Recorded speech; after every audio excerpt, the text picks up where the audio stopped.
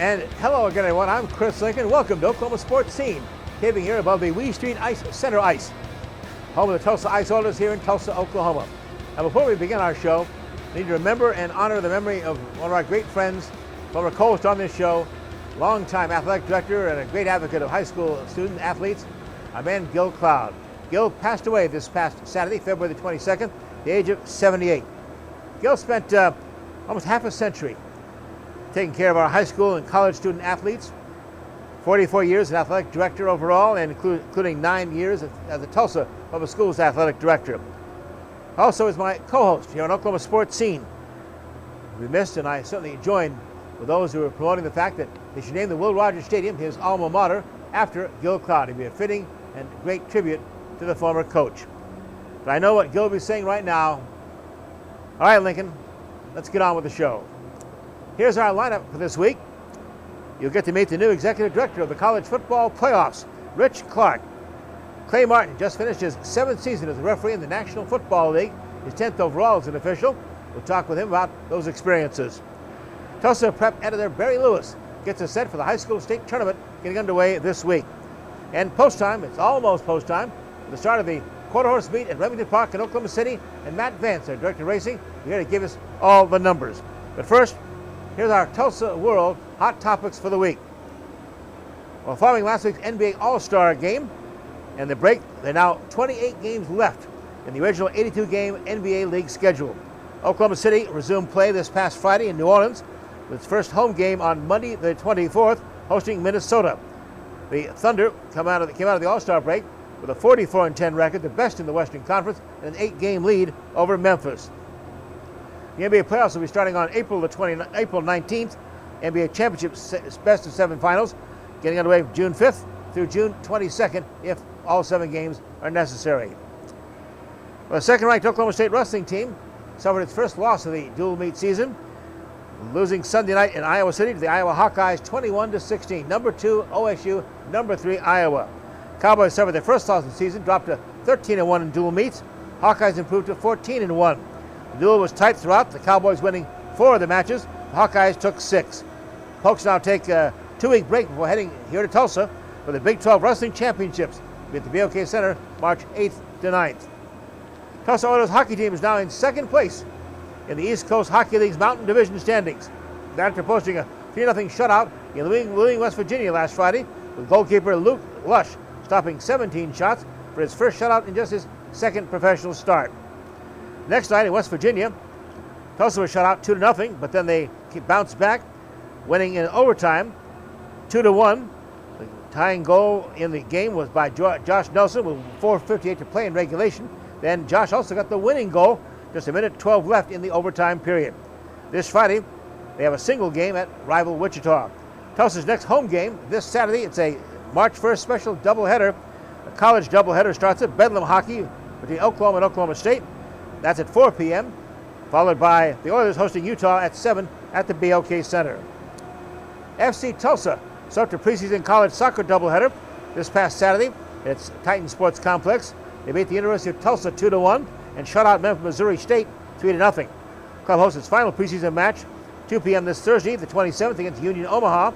First match of its third 34-game regular season in the United Soccer League will be March 8th at Phoenix Rising. Tulsa then returns home for the 4th straight matches at One Oak Field beginning Saturday, March the 15th against the Tampa Bay Rowdies. Next, you'll meet the new leader of the college football playoffs, Rich Clark, right after this break. Tulsa Oilers hockey at the BOK Center, the ultimate experience of hockey and entertainment. Save big on season tickets today. Full season tickets starting as low as $17 per month for all 36 home games. Get your season tickets at TulsaOilers.com. That's TulsaOilers.com. Experience hard-hitting, glove-dropping, pulse-pounding, glass-rattling kind of thrill. Season tickets available now at TulsaOilers.com. That's TulsaOilers.com. This is your town, your team, your Tulsa Oilers hockey. Baseball, fireworks, food, family. It's all in Tulsa at One Oak Field. Score your Drillers season membership today with plans and prices fit for every fan. It's all in Drillville for 2025.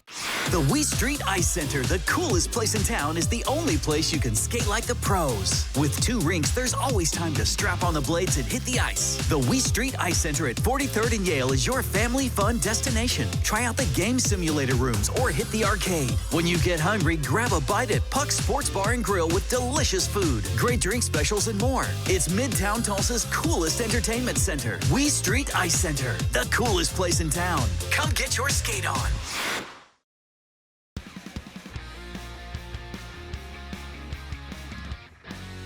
Our first guest today on Oklahoma Sports Scene was a 3-star lieutenant general in the Air Force and also the commandant of the Air Force Academy, Richard M. Clark. He now is the new executive director of the college football playoffs. Mr. Clark, had a chance to talk with him via Zoom from his office in Dallas, Texas. First, I had to ask him, sir, how do I address you? A 3-star lieutenant general or just Rich? Sir, Rich is great. I appreciate that. I'm just happy to be here, and I am retired from the military, so now I go by Rich all the time.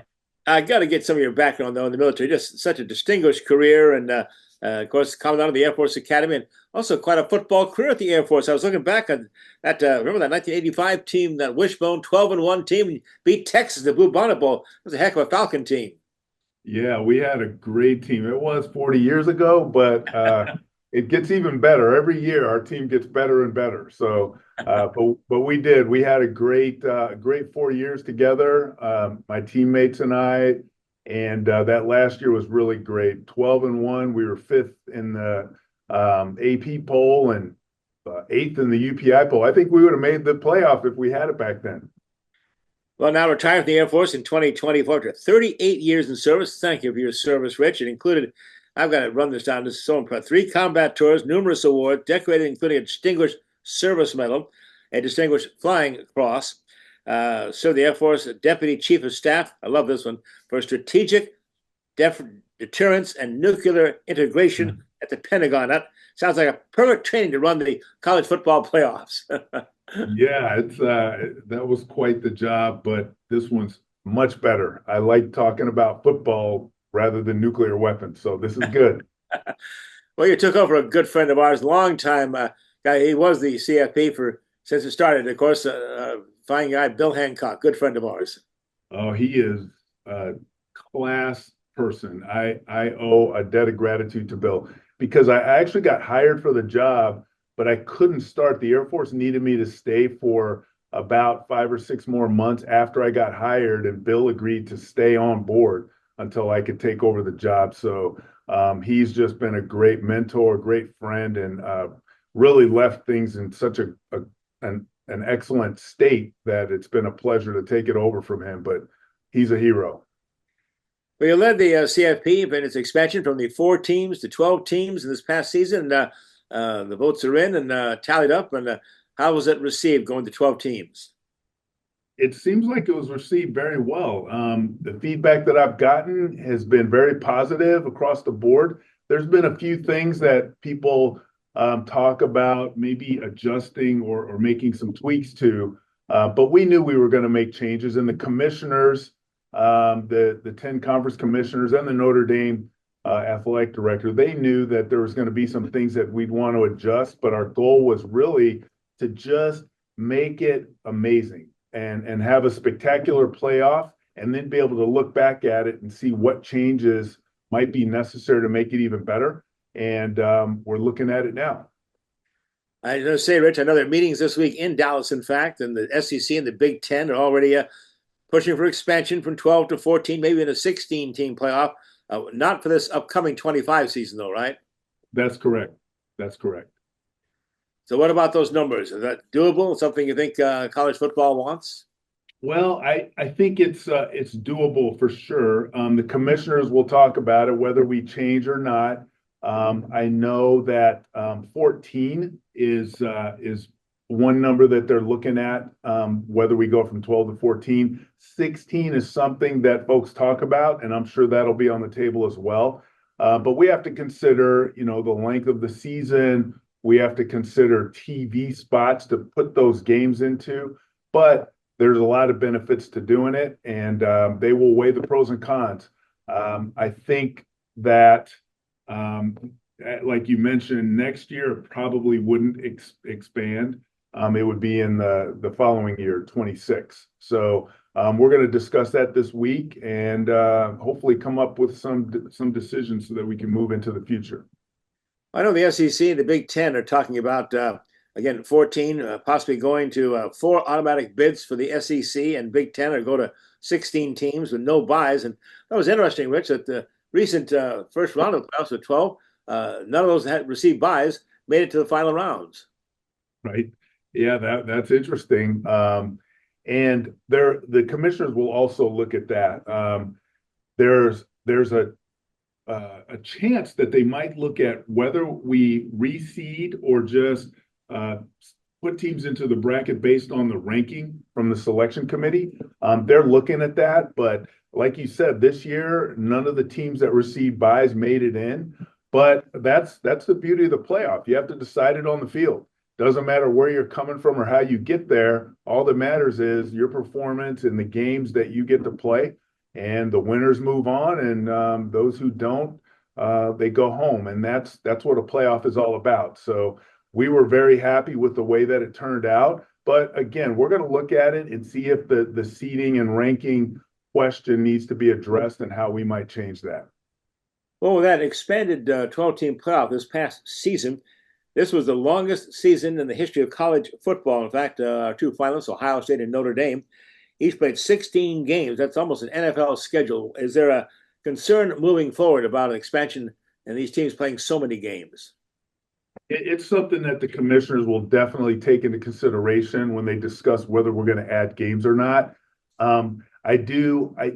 I know that if you talk to either of those teams, Notre Dame or Ohio State, they would be more than willing to play 16 games to have the kinds of seasons that they had, because both of those teams just really remarkable performances. They overcame some adversity and they had the opportunity to really show what kind of character they have to get into the championship and play those games. So I agree with you. It is tough. It's a long season for those 2 teams in particular, but that's something that we have to consider. I imagine, though, that the teams that had the opportunity would say, let's keep doing it. We loved it. And that's the feedback that we've gotten.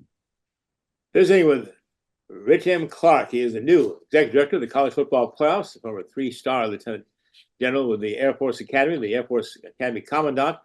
A lot more to talk about with the college football and what he thinks about those new things, the NIL, the portal, things like that, and about the $1 billion-plus contract with ESPN. Talking more with Rich Clark when we come back after this timeout here on Oklahoma Sports Scene.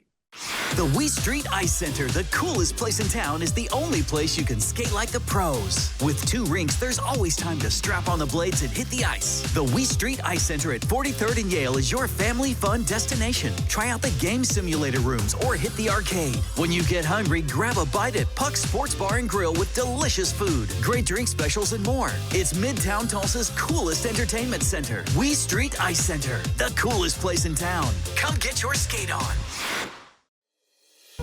Founded in 1960, Ed Bashira's Formal Wear and Fine Clothing has been dressing gentlemen for over half a century. We are family-owned and operated, offering premium brand tuxedos and accessories at our Tulsa store on South Harvard. Bashira's also does made-to-measure suits, sports coats, dress shirts, and slacks, and a top line of sportswear. We do tailoring on-site to assure the perfect fit so you will look your very best for that special occasion. Ed Bashira's Formal Wear and Fine Clothing, an Oklahoma tradition. It's that time again, Tulsa. Your Tulsa Oilers indoor football team is back. Season kicks off Saturday, April 19th at the BOK Center, where your Oilers look to take down the San Antonio Gunslingers. Let's pack the house and start some ruckus. Season tickets start at just $9 per month with all home games on Saturdays. Experience the lightning-fast, hard-hitting, pad-popping excitement of professional indoor football. Get your tickets now at TulsaOilersFootball.com. That's TulsaOilersFootball.com. Saturday, April 19th. Join the Oilers action.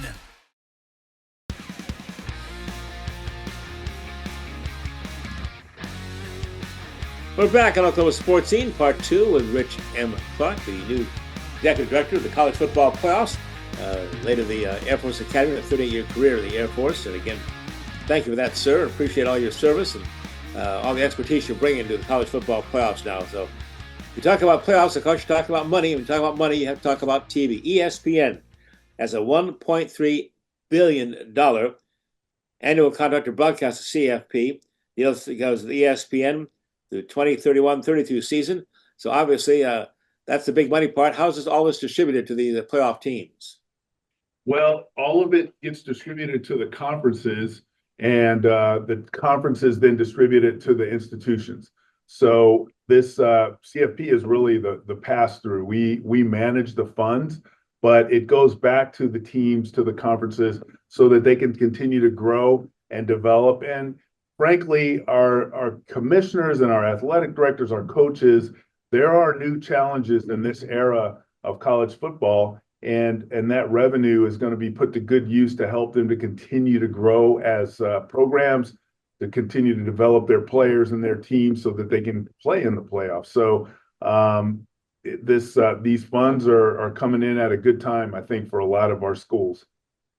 Now, you mentioned you're a former college football athlete yourself, 1985, that great Air Force 12-1 team that beat Texas in the Blue Bonnet Bowl game. But at this point now, you step back, take a look more from an executive viewpoint here. What do you feel is the state right now of college football? Well, I would say we're in a transitional period right now. We just transitioned with the 12-team playoff from 4 to 12. We also have NIL, transfer portal.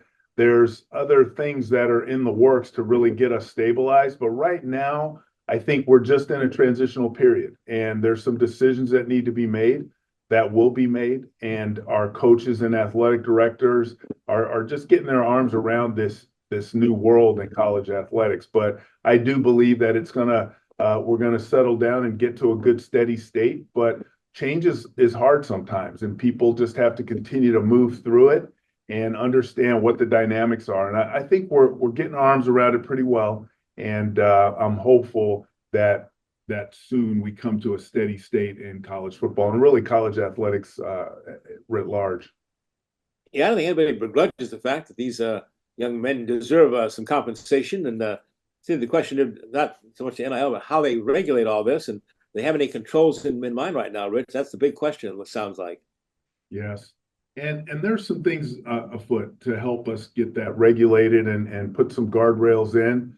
And I think once those things get in place, that it'll make it more manageable for our commissioners, athletic directors, coaches to really provide that compensation. I agree with you. I think that players do deserve compensation for what they do, but we do have to manage it appropriately, not just for the schools and the coaches, but for their benefit, for the student athletes' benefit as well. So I'm excited about the change, but I do know, again, change is hard, and you have to continue to move and lead through it, and that's what's going on right now. NIL, name, image, likeness, and some of these numbers are staggering. Many of them not confirmed. We just heard a top high school basketball player signed up with Brigham Young University, a non-Mormon, for over $7 million. The beautiful young lady down at LSU, the outstanding gymnast, is slowly making over $13 million. Some of these figures are just staggering. Well, I wish I had been a better athlete. And no, I mean, the numbers are they're high. And it's people are willing to pay some of these athletes what they believe they're worth, that they can change their programs. And it's just something that we need to work through and make sure that we're compensating people adequately and appropriately, and doing it within the bounds of the law and fairness and equitability across the board. I think we'd all agree that college football is one of the most popular sports in the entire nation. People are so entrenched in it and so enthusiastic about it. And what about for the fans? How's this college football playoffs being received? What are we going to try to do to make it better for the fans even too? The feedback from the fans has been really strong. We are so happy with what people have said, even folks that have some differences in, like we talked about earlier, ranking and seeding and some things that they think need to be changed. They still love the product. They love what they saw.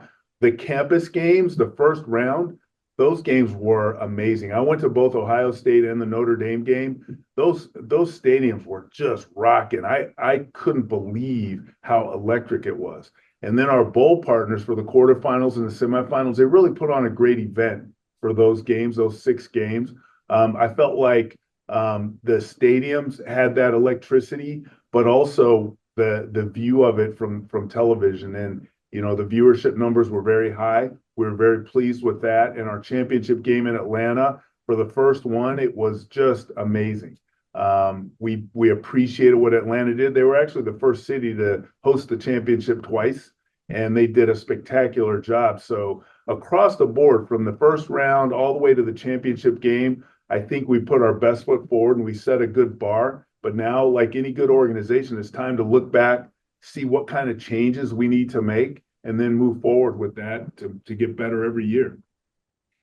I have to ask, as a top 3-star lieutenant general in the Air Force, you had everyone around you, when you give an order, people saluted and said, "Yes, sir," and went on with it. How's that work with commissioners, presidents, and coaches? Those days are over. Yeah, there's no giving orders around here. Probably more taking orders, I mean, very frankly, I've worked for the commissioners and I work for the president, and I try to help guide the decisions that we make, help bring them to the table so that we can discuss the things that need to be discussed, present my views on things, as well as my staff. Our staff here at the CFP is amazing, very, very great group of professionals. But bottom line is, it's the commissioners that make the main decisions on day-to-day operations of college football, and then we execute. We try to help them get to the best decision that they can get to, and then we execute it. So very, very proud to be working for them. The presidents are the higher echelon. They're more at the strategic level. They're called our board of managers, but they also have a role in this. But really, it's about the commissioners who make the decisions, who really are providing the guidance for where college football goes into the future. Of course, you're concerned, obviously, the college football playoffs and the rounds, the semifinals, getting to the national championship game and stuff. But looks like the bowls are still going to play an important part. I know these college teams love the idea that they can get to a bowl game to make their season. Great reward for the fans and the players. And that's going to continue, it sounds like. It sounds like it, and we're not completely to the end of that decision yet, but the Bulls did an amazing job and really made it an event. But what I'll say is the Bulls aren't what Bulls used to be. Now the Bulls it's more of a business trip, right? Those teams are going into that bowl game, and rather than being there for a week and having steak in the city and being able to see some of the sites and participate in a lot of different events, they're really there to go play and win a football game so that they can advance to the next level. But even with that, the Bulls do a great job of making our teams feel special when they arrive, treating them in a way that is totally first class. And I think that the Bulls do an amazing job. I also feel like when we're playing those quarterfinals and semifinals that late in the year, that it's good to have these games with our bowl partners, because most of them are in covered stadiums or warm weather places. They're more neutral sites rather than one team having a home field advantage at that point. So I personally am in favor of keeping the bowls as a part of the quarterfinals and semifinals, but it's still a discussion point because those campus games were so great and people want to see more of that. But I think from my perspective, if the decision was left solely up to me, I would stay in the bowls, but there's pros and cons both ways. So we'll have the discussion and then move forward. Finally, Rich, what are some of your personal goals for college football and the CFP playoffs? Well, personally, I really want us to get the format settled. I want to get to the point where the fans aren't seeing changes year after year. We did completely expect to make changes for the next year or two, but then once we get everything settled down, I just want to take what we have and grow it and just make it as spectacular as we can for the fans and most importantly for our student athletes, our coaches, the athletic directors, and everybody that's involved in it. Our goal really is to get it stabilized to just a premier event in our country every year, and we're looking forward to that. We're getting close, but we still have work to do. He is Rich M. Clark, the new executive director of the college football playoffs. And so, Ken, I got to fall back in. Salute you, sir, for your service, and a 3-star lieutenant general. It's a real honor to have a chance to talk with you. And again, all you've contributed to this country. Thanks so much. Sir, the honor was mine. I appreciate you and appreciate what you do for college football. You are someone that helps our fans understand really what's going on. And the opportunity today for me to just talk to you and present some of my thoughts and the CFP thoughts is special for us. So thanks for what you do, and look forward to talking to you again soon. Look forward to it. I'll give Bill Hancock some high marks on you, too. He'll be happy to hear Sir.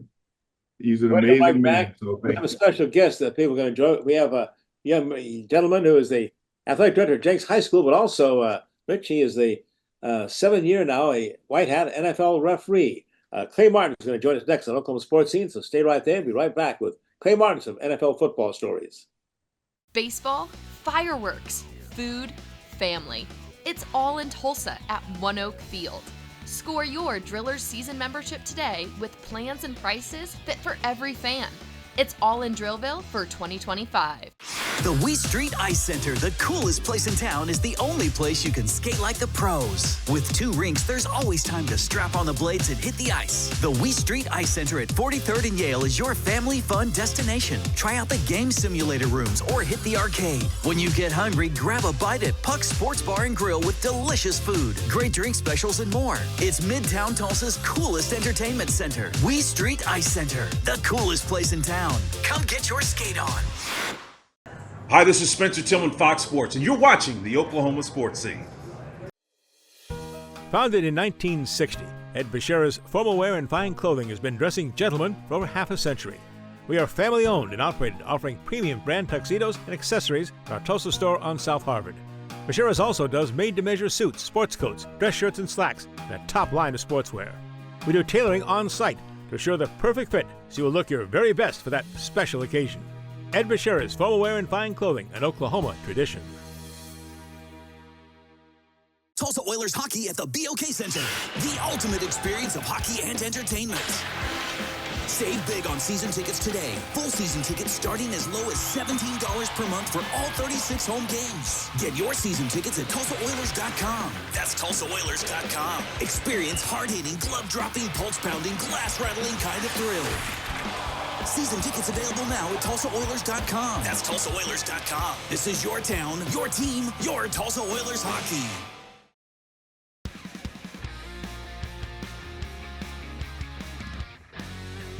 You've known him through the years as the very successful former head basketball coach at Jenks High School. And now he's their athletic director. You may not know that he also is a big-time referee in the National Football League. 7 seasons he just finished off, 10 years all total. He's an official in the NFL. Before we talk about all that, though, I first wanted to get Faye's thoughts on the passing of our good friend, athletic director Gil Cloud. Oh, what a sad day when you saw the message come across, knowing that he had been struggling a little bit, but he influenced so many students and families over 5 decades, I want to say, Chris. And obviously being a Tulsa Public Schools graduate from Nathan Hale, when he got involved with TPS and just really engaged so many of the TPS alums. And as I've transitioned into leadership roles in athletics, he's been such a mentor, a guy that I could pick up the phone, email, whatever. So it's a tremendous loss on a lot of levels. Well, Clay, welcome back home. You've been on the road for about 18 weeks. The National Football League is the White Hat, finishing your 7th season as a referee, 10th season in the NFL. And what's it like to be home finally? Well, it's when you know your season's done, you can kind of decompress and start working on decompressing, I should say. But until then, you're locked in, you're ready, and just bags are packed, ready to go. So it's good. Now I'm going to I usually take about probably through spring break to just get away from football. And then, hey, that rule book will open up and we'll start working on video, getting ready for next year. Kind of take the fans through what it's like, the preparation for an NFL referee. It's really more than just game day, of course. Without a doubt, Chris, it's a lot of hours during the week as we, get our crew ready. Crew chiefs, as referees, we spend a lot of time, evaluating the game we just worked, but also preparing and scouting and for the opponents we're getting ready to work. And so, in addition to that, it's continual rule study, it's training tapes, there's tests we take during the week. So, it's like you said, it's not just get to the stadium for the national anthem and go to work. Yeah, there's a lot more to it than that. How about some of the highlights for you this past season? I think I saw you in a national game and doing some traveling and some working some playoff games on the sideline too. Give us some of the highlights of this past NFL season for you. Well, I mean, every Sunday is a highlight in the NFL. I think when you get to work and represent the Shield, it's just an honor every Sunday to work. And our crew was able to work several primetime games this year, which was fun. A lot of people, a lot more recognition on those, of course, than maybe a regional game, and then having the chance to be involved with a couple of postseason assignments this year. It's just a tribute to the crew and the season that we had. So a great year, and for a lot of our crew, and we're proud of that. To the fans like to know, Clay, during all the chaos of a NFL football game, how much interaction do you actually have with the players and the coaches? There's a lot, obviously, before the game, during the game. Those things, relationships, and the longer you're in the league, as you mentioned, I just finished my 10th year, so those relationships are, even stronger than they were in 2015, and so you have those conversations and good interaction. And then obviously during the game, you're going to have coaches that want to visit with you about what they're seeing or what we may not be seeing, whichever you want to look at it. So I just think it's a relationship, it's conversations, and it's our job to work for them and serve them, and so sometimes that does take some communicating. What are some of the toughest calls you've had this past season? Well, I think in our position as referees, we're going to call a lot of holding, roughing the passers. But I think for me, you can even add quarterback movement. Sometimes on those short yardage situations when the quarterback, some are really good at drawing the defense with their voice, and some have little movements they try and implement to get a reaction. So, but I think the run-of-the-mill calls that we call the most as referees are going to be holding and roughing the passer.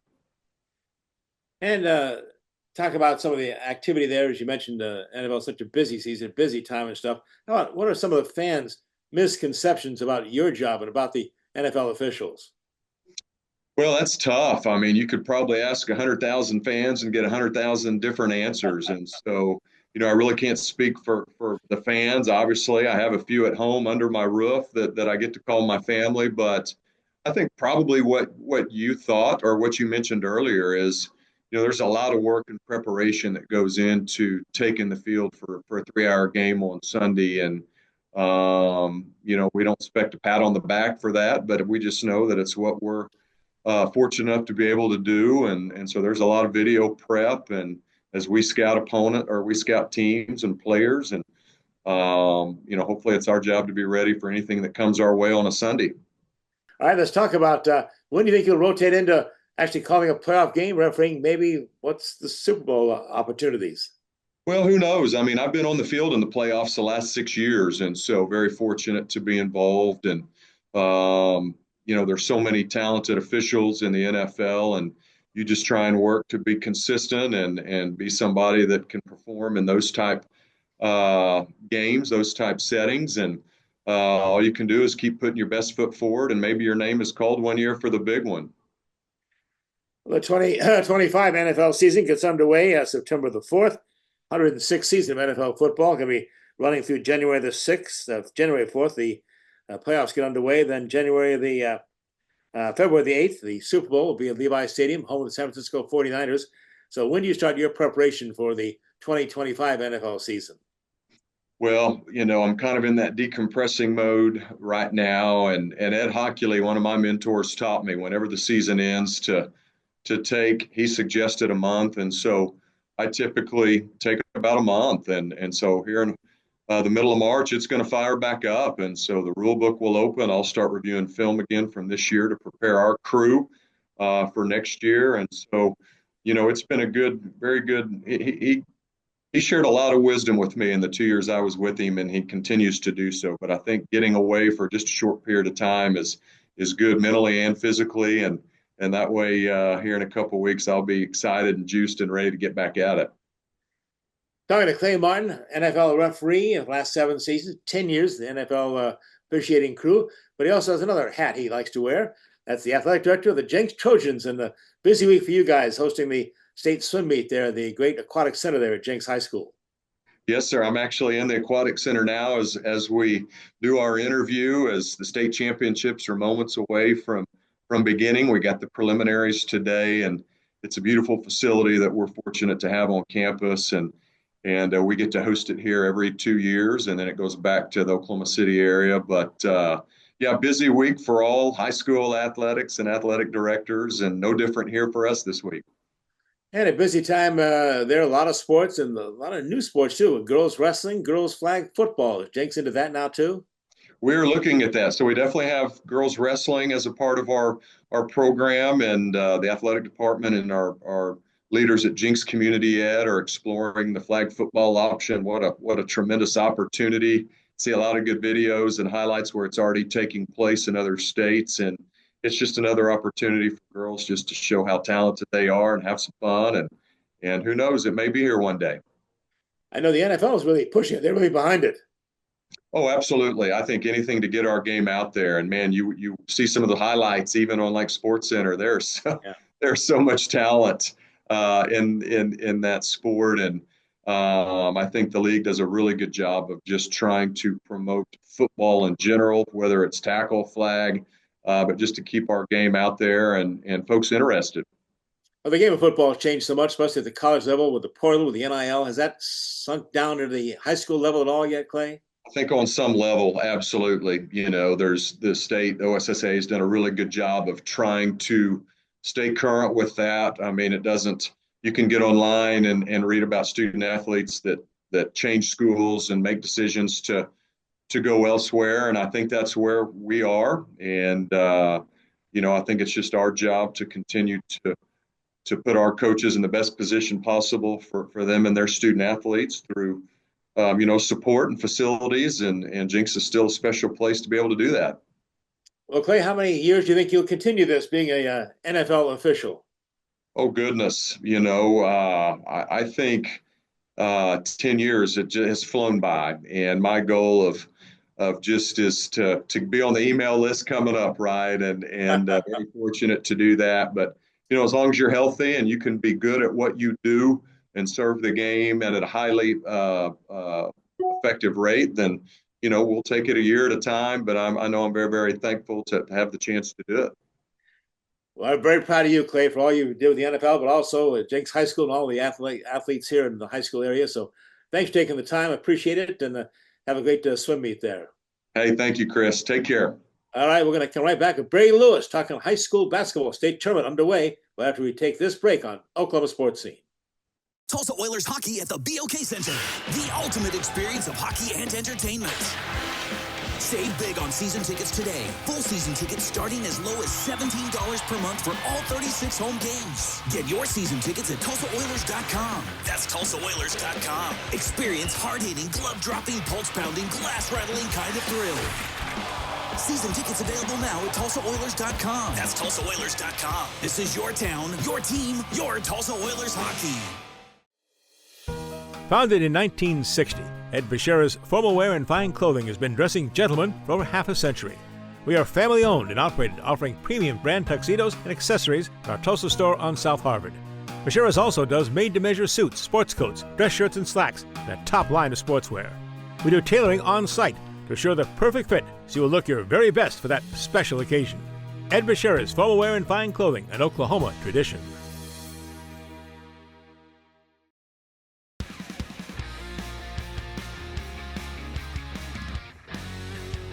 Well, it's high school basketball state playoff time. That means it's time for Barry Lewis, the Tulsa Road, to join us again. Their outstanding prep editor and a member of the Tulsa Public Schools Hall of Fame.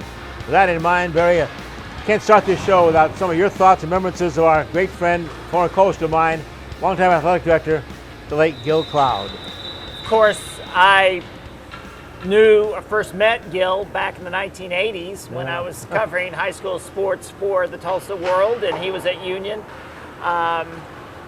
But the first thought that comes to my mind is on his first day at the job for TPS when he came out of retirement. For just 4 months.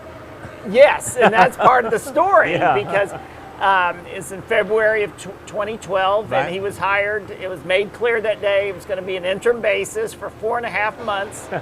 And I didn't know he was going to be at the game that night that I was covering, but ironically, fittingly, it was at his high school alma mater, Will Rogers. I was Nice. covering the game there, Yeah. and I was the only media person there that night, Right. and I was covering the game, and I was just sitting at the press table, an open seat next to me, and Gil walks right in and sits next to me, and he starts talking about all the things he wants to get done. And I kept on thinking to myself, and then finally said to him, that's a whole lot of things to do in just 4 months. And of course, that he stayed for 9+ years, and yes, he accomplished everything he wanted right from the get-go. He had all these things on his mind that he wanted to accomplish. Yeah. And yes, he definitely needed to stay more than 4 months. But at that time, we just thought it was going to be 4 months. You know, so it's just not fair, Barry. He said he never missed a sick day in 50+ years, administration and coaching. He retires, and all these health issues in and out of the hospital and stuff, and just so sad. Yes, I mean, it's just hard to believe he's gone. He was such a presence, even in retirement. And another thing that sticks with me is he would always joke, I think TPS, when he came on to TPS, that was like after his third try at retirement or something like that. He said he wasn't very good at retirement, well, at least until the final retirement. Yeah. I guess that one stuck for him. But it was hard. You know, he had so much to give. He was such a giver, always kept the student athletes first and foremost, and he definitely will be missed. All right, let's turn to high school basketball. I can hear Gil telling me to get on with the show here, guys. So, getting ready for state tournament basketball time. We have high school Big 6A hosting Broken Arrow, Owasso, and Norman. Host girls and boys 6A regionals, but everything ends up at the Big House in Oklahoma City this year. Yes, 60th anniversary, and it's the fond farewell for the Big House. Yeah. So everything is there this year, and it's like the first time in a long time where everything is there. So it definitely has brought about some scheduling changes that it's going to be hard to get used to this year because everything is there, and they've for 6 straight days. Wow. During the second week of March, when you've got 3A through 6A there, since every game, well, almost every game will be there. You're going to be tipping off at 9 a.m. every day, Monday through Saturday. And the last game is scheduled to tip off at 9 p.m., which means it'll probably be closer to 10 p.m., and the games won't be over till midnight. So you've got that 6 days in a row, so it's going to be quite the marathon. By the time you finish up with your post game and all the interviews and all the stats and stuff, you'll get back to Tulsa, 2 or 3 in the morning probably, right? I don't think I'll be going back and forth between Oak City and Tulsa every night. Kind of sad, too. I understand the Big House, the anniversary, that's a great idea, but it doesn't sound like we're going to get many high school state tournament games in the side of the state anymore. Probably not, although, I mean, most of them will remain, obviously are going to remain in Oklahoma City, as everything below 5A has been recently. Yeah. But I still hold out hope, and there's still the possibility down the line, because everything is up for bids. They put everything up for bids, that hopefully we can get 6A and 5A back in the Tulsa area sometime soon, and would like to see that. Well, Barry's been covering high school basketball since the very tip. Let's start talking about, let's start for 6A. Who are some of the teams, some of the players to watch, Barry? 6A boys, I think it all starts with the defending champion, Owasso, with Jalen Montanati, the last year's state player of the year, and he's got a good start at being this year's state player of the year as well. But Owasso is the favorite, but look out for Broken Arrow. In most years, if a Broken Arrow team that's 22-2 and has only lost to one in-state team, that they would be considered the favorite.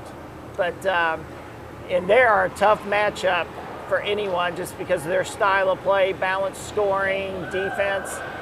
And so it's not going to be an easy path for Owasso. It seems like Owasso and Broken Arrow always meet up in the state tournament. They really play. They played some tremendous games through the year. They haven't played this season, and so it would be quite the matchup if they met in the state tournament. And then you can't forget about Union. And Sand Springs has been the big surprise team this year. Sand Springs is the only in-state team to beat Broken Arrow. It wasn't a fluke because Broken Arrow's 2 closest in-state games this year have been against Sand Springs. They've really caught a lot of people by surprise. 5A at Booker T. Washington, the only one in this side of the state hosting a regional. Booker T comes in. The Hornets are on a streak right now, too. They're playing well. Yes, you can sort of discount Booker T's 18-7 record. You wonder, how can number 1 ranked team have 7 losses? Well, it's because they've played some of the best competition in the nation. 5 of those losses have come against national powerhouses. So that's why they're ranked number 1, and I think they're a strong favorite in 5A. 3A, Cassia Hall has been the talk of the tournament here with, of course, the former outstanding Razorback and Tulsa player Lee Mayberry have been in the news lately. Yes, I think Cassia Hall, they've got everything that you'd want in a state championship team. I think it'll very well could come down to them and Millwood. They played in the regular season. They played a few weeks ago and it went into overtime. Wouldn't surprise me if you had a repeat of that in the state championship. Well, it's exciting. How about against some of the top players in those levels? Well, Cassia Hall's got an exciting guard combination, both sophomores and both players named for a city, or have a city as their first name. Dallas Lowe and Memphis Duffy. They are a dynamic players. So, just sophomores. And of course, girls basketball is getting stronger and stronger here in Oklahoma. Oh, absolutely.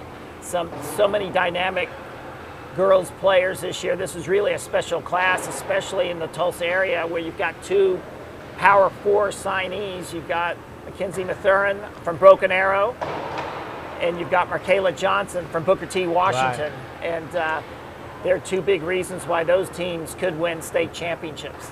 Barry Lewis, prep editor for the Tulsa World, a Tulsa Public School Hall of Famer, as the late Gil Cloud as well. So congratulations on that honor again, well deserved. Thank you, Chris. We'll come right back, and it's post time almost at Remington Park. The quarter season gets underway next week, and we'll have Matt Vance, their executive director, and talk about the big race schedule coming up, some of the big events at Remington Park. That's right after this break here on Oklahoma Sports Scene.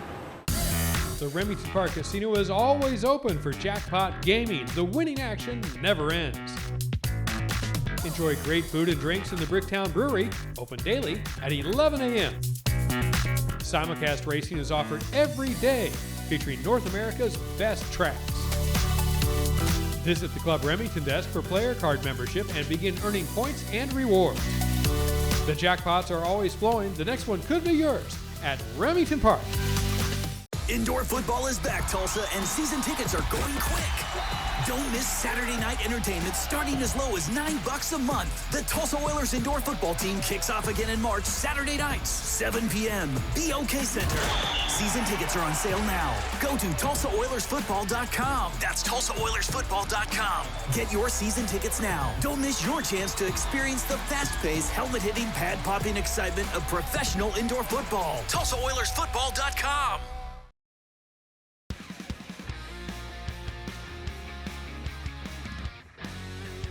For a preview of the Quarter Horse Meet, the best in the nation at Remington Park, we're joined now by their Vice President of Racing, Matt Vance. And Matt, it's almost post time. Almost post time. We're getting there.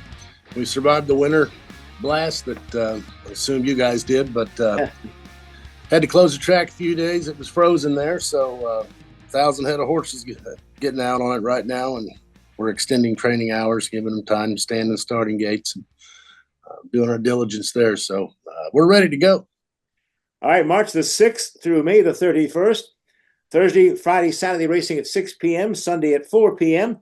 It's Quarter Horse, Paint, and Appaloosa. What makes this the best quarter horse meet in the nation?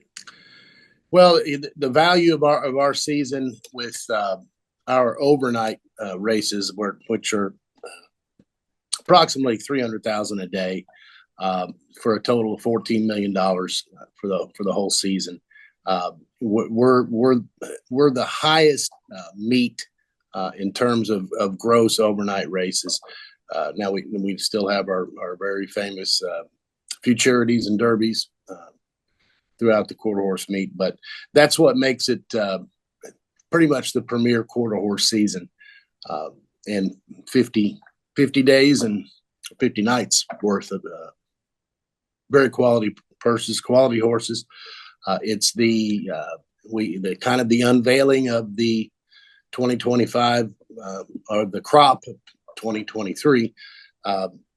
But the unveiling of those 2-year-olds, we probably got 800 2-year-olds on our backstretch, and they're all, for the most part, paid into the top futurities in the country, and the best connections, best trainers, best owners and breeders, and Oklahoma's the Kentucky of the quarter horse world. So, well, Matt, I know the bettors are always looking for value and looking for full fields. It's not easy doing racing anymore. From thoroughbred tracks to quarter horse tracks, everyone's got to lead the way in that too. You got a really nice average of horses in the field. We do, Chris. Thank you. But 8.4 field size would pretty much lead the nation thoroughbred wise, outside of the boutique meets that just run a few days a year and run for very high purses. But I think Oaklawn Park has us beaten there, and Saratoga, which is historically a boutique type of meet. But we're very, very proud of that. From a handicapping value in our pick 4s and pick 5s and pick 6s, it's certainly the value is certainly there for the gambler, man, with the field size like that. It's like consider it the value you get when you play a slot machine. You want to play max credits. Yeah. You get more opportunities to win, and those winnings can be significantly more than when you bet just a few lines. We're talking about $14 million in purses, almost $300,000 a day. You're going to attract not only the best horses, but the best horsemen as well. And got some people looking for repeat titles there as a trainer, jockey, and owners at Remington Park in 2025. Correct. Dee Keener is seeking his 3rd consecutive leading trainer award. Dee's a consummate horseman, does a great job, and we're proud to have him call Oklahoma and Remington Park his home. And had a very fast 2-year-old in the training races. Last week, our first training races of the year, I think he had the fastest time of the day, and the little horse ran off with him. So, I think Dee will have another great meet. Jockey Roman Cruz is back from his seeking a repeat as leading rider, and James Flores, top riders in the world, will be right here. Reliance Ranches, the owner seeking their 3rd leading title here at Remington Park. They won their second for the second leading owner in 2024, and they're certainly coming back reloaded. March 22nd, a historic day. Boy, it's hard to imagine. This is the 84th running of the Oklahoma Futurity. It's the oldest Futurity American quarter horse racing. Yeah, the oldest continuously running Futurity. You're right. Of course, we're only 37 years old, but they ran the Oklahoma in New Mexico at a few tracks in New Mexico in the 50s and 60s when before parimutuel was legalized here in Oklahoma. So we're proud for that race to call Remington Park in Oklahoma home again. So, and that's March 22nd. Here's another date to circle on your racing calendar, just for the fun of it too. April the 13th. He called it Extreme Day. Talk about that, Matt. Extreme racing is something we started about 11 years ago, and it's just it's taken off. It's the ostriches and zebras. We get the jockeys to ride the ostriches, and then the zebras and the camels.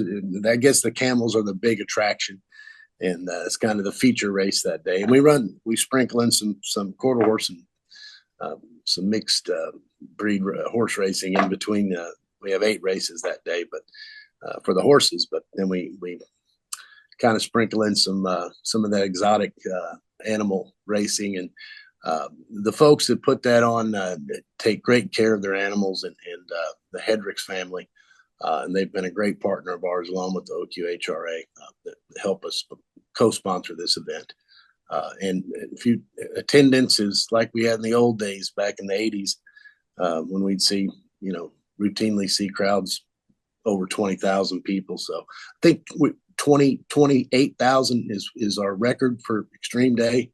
And we've always been very fortunate. It's the first day of the year I get a sunburn. So. Well, Matt, I'm looking forward to some big dates too. Remington Park Futurity Night, that's April the 19th.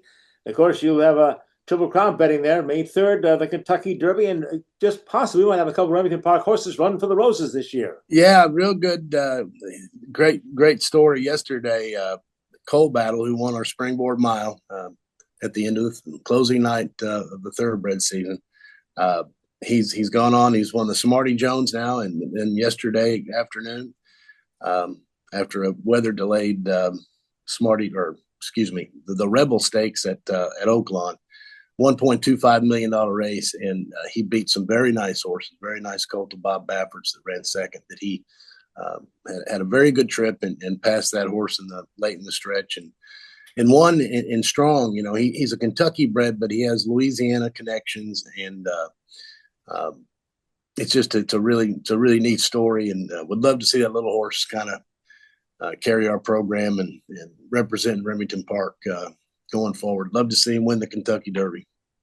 And it all wraps up May 31st, the Champions Night, featuring the $1 million Heritage Place Futurity, $250,000 Debbie Shaw for Remington Park Championship. Great racing there. And again, great part about you can't get better value in sports. Everything's free at Remington. Everything's free admission, free entrance to all the levels. And it's the best ticket in town.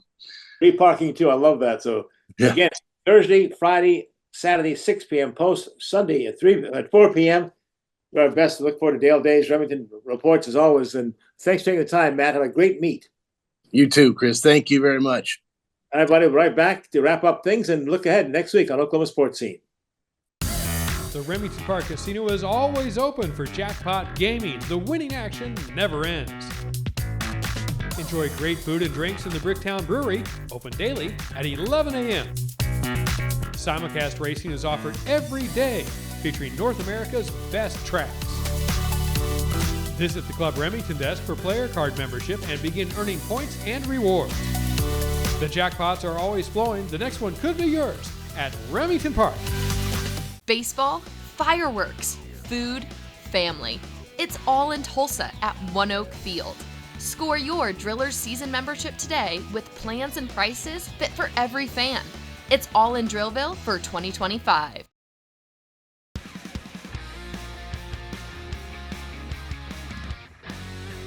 Next week, we'll start in March with an interview with the OSSAA's Assistant Director in charge of high school basketball, Brian Lester, from the Big House in Oklahoma City, where they're having all the state championship high school tournaments. Tulsa World columnist Eric Bailey joins us, talk about what's wrong with our college basketball teams. Earl Roberts baseball coach Ryan Fulmer will be here to talk about the Golden Eagles and the big improvements at the new stadium there. And Dale Day will be trackside for the first Remington Report season as they get underway with the quarter horse meet. All that coming up next week. Oklahoma Sports Scene. Until then, as we always remind you, be a good sport.